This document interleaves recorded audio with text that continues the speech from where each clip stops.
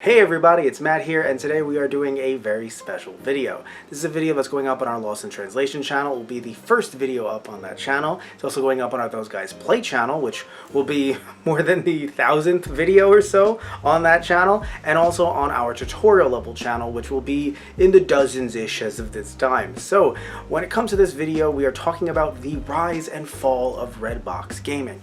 And this is a video that is literally more than 3 years in the making. So initially, I wanted to actually have this video go up on our Those Guys Play channel. That's why it's up here on this channel. And initially, I wanted it to be a video about how to be able to get games affordably, to actually rent games, because not everyone has to buy games. Yes, you need the consoles to play them for the most part, unless we're talking about emulation. But when it comes to actually having the cartridge or the disc, I feel like at times YouTubers talk too much about what you can buy and pre-order and get the special editions and all that stuff, and we don't really talk enough about how you can actually rent games for cheap, and that's why I ended up using Redbox Gaming. I was also going to use the public library and also ended up using Gamefly. That I enjoy, and I will be making a video on that sometime soon, if not for Those Guys Play, at the very least for our tutorial level channel. And when it comes to all three, be it the public library, be it Gamefly, be it Redbox Gaming, well, some interesting things happened. So, won't get too into Gamefly. When it comes to the library, wasn't able to go because waited so long in this video that the whole pandemic started, and I felt that it would be best not to really go into public places as much unless it's absolutely necessary.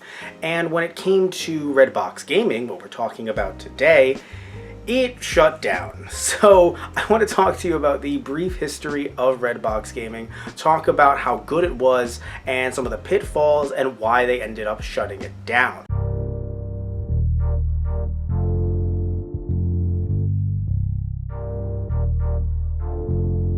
So first things first, if you don't know what Redbox even is, Redbox was founded in 2002, and they didn't rent DVDs at first, which I found very interesting when looking this up. They actually ended up selling products from the stores that they were in, and it was called the TikTok Easy Shop. But then in 2003, they changed up their business strategy because McDonald's stopped using them, which I didn't even know this was a thing, didn't even know that McDonald's had them. But at the time, Greg Kaplan, the owner of Redbox, decided that DVD rentals were best, and they actually tested this specifically in Denver in 2004. Interestingly enough, Blockbuster was still around. Eventually, of course, they would close pretty much almost every location in the US, but at the time, Blockbuster existed with Redbox. But Redbox was very different in one respect. When it came to Redbox, you could return your discs to any location. When it came to something like Blockbuster, you had to go to the specific Blockbuster to do so. I am absolutely fascinated by the fact that Redbox, Blockbuster, and Netflix were all competing at the same time.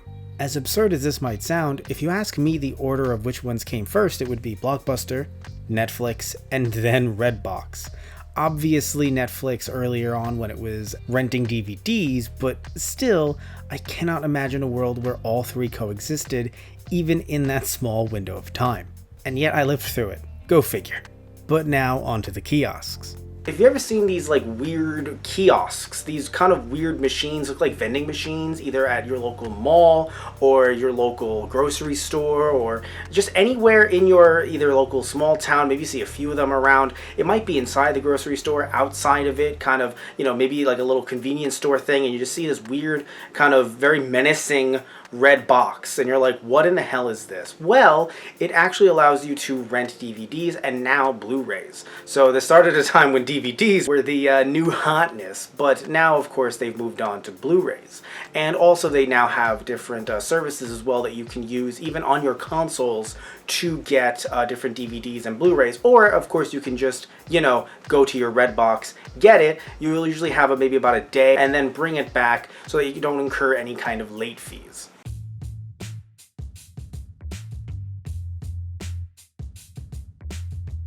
But either way, founded in 2002, and then in 2010, Redbox Gaming started.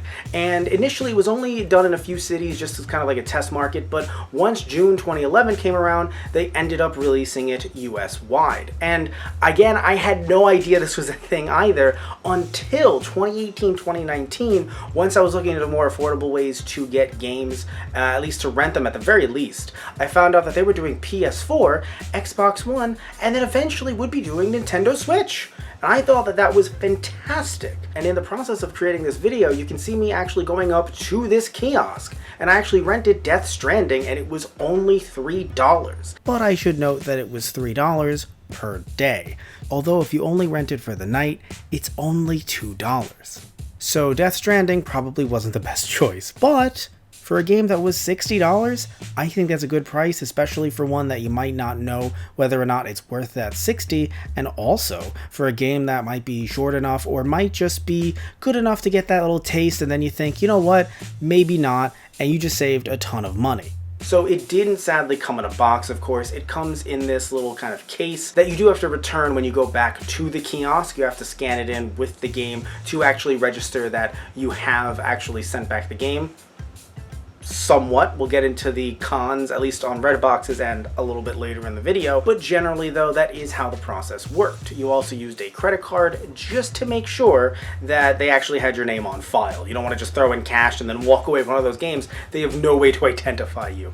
Now, you also have an account online, and I actually went on this website. Now it's a time capsule, it wasn't at the time, to kind of see what games were there at the time, and you can see some pretty heavy hitters here. This wasn't a thing where they just kind of went for, you know, a couple of indie titles. Not that indie titles are bad, but that they went for some indie titles that were like quote-unquote affordable and didn't really go for some of the more AAA experiences. They definitely did, and I find it fascinating that this existed, especially that it existed for so long.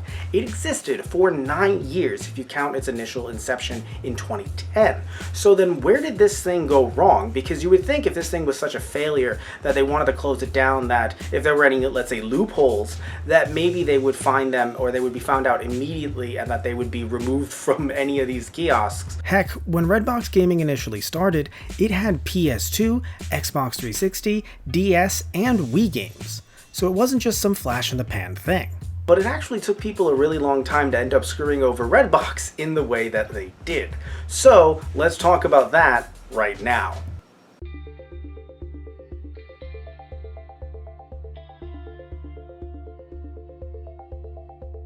So here's the thing. When it comes to the barcode that I mentioned earlier that you have to scan in so that they know that they actually have the game in their possession, people were finding out how to fake this barcode. Now, they had been doing it for years, which I find odd. Not that people didn't find it out sooner, but that Redbox actually had it going for so long if this vulnerability was found out so soon. But they did, and as soon as I got into it in 2018, 2019, they ended up discontinuing it while they were testing out the Nintendo Switch, which, oh my god, if they had Nintendo Switch on this thing, that would have been amazing. But alas, they did not get to the Switch before discontinuing this service. But sadly, while that is the case, I fully understand why they did, because remember I mentioned earlier that I ended up getting Death Stranding literally within a month of its release. Meaning that if I wanted to, if I was a nefarious person, I could have easily just faked the barcode, and then I would have had the brand new copy of the game, no box, but still a brand new copy of the game that worked just fine on my PS4. That is a lot of money on the table for them, especially because of the fact that from what I have read and from what I have heard, they did not get huge wholesale discounts. So they were buying these games maybe for $3 off, right? Just a typical kind of like retro game store discount that I've heard, or even some like not as good as retail stores, but still, you know, a few dollars off. That is not that good. Again, it's good if I, right, do not end up bringing my game early as I should have, or at the very least, you know, they only buy X amount of copies. But if they have to keep on replacing their copies, especially if people are consistently doing this, yeah, that wasn't going to work out well for them when you're only paying a couple of bucks per rental. So eventually, something had to give. And it's very sad that it did, because at the time I really wanted to make this video talking about how amazing Redbox gaming is and how cool it would be to be able to get these games for so cheap, because again, gaming can be a very, very expensive hobby. So I wanted to make this video for all of you, talking about how great this is, and also I enjoyed it as well, to be quite frank with you. And then, well, here we are. Although I should also mention that Redbox issued a statement on their Twitter, and this is definitely another reason as to why they pulled out. The industry has definitely changed, and rentals have now kind of become the norm and easier than ever. Even if you don't consider Game Pass, at the time PlayStation Now, and Nintendo Switch Online as quote-unquote rentals, as they're digital, not physical, still, in a way, they kind of are. Because Redbox doesn't keep the same games around for year after year, neither does Gamefly. They do change up their physical library. So in a way, these are kind of like digital rental services. And even when you look at something like Amazon, where you're buying games on there, if you wait long enough, some of these $60 games could actually end up being really cheap. Going for a more recent example, I actually waited long enough when it came to Pokemon Legends Arceus that I ended up getting it for $50 once tax and everything was included. So $50 delivered to my house in 2 days, and I just didn't play it day one. That's actually pretty good. And when it comes to a game like Kingdom Hearts 3, I waited about a year and a half, and I ended up getting it for literally $10 on eBay. Longer than 6 months, but still not that long when you think about how cheap it ended up being. I ended up waiting long enough with Shenmue 1 and 2 combined on the PS4 and Shenmue 3 that I got both combined for $60. So with how many games are coming out, they're getting cheaper faster than ever. So while all of that wasn't specifically said in this tweet, of course, just extrapolating a little bit, I think these are the many reasons why Redbox pulled out, and this has been the rise and fall of Redbox gaming. So, finally I was able to create this video, get everything together, get all the resources together and whatnot.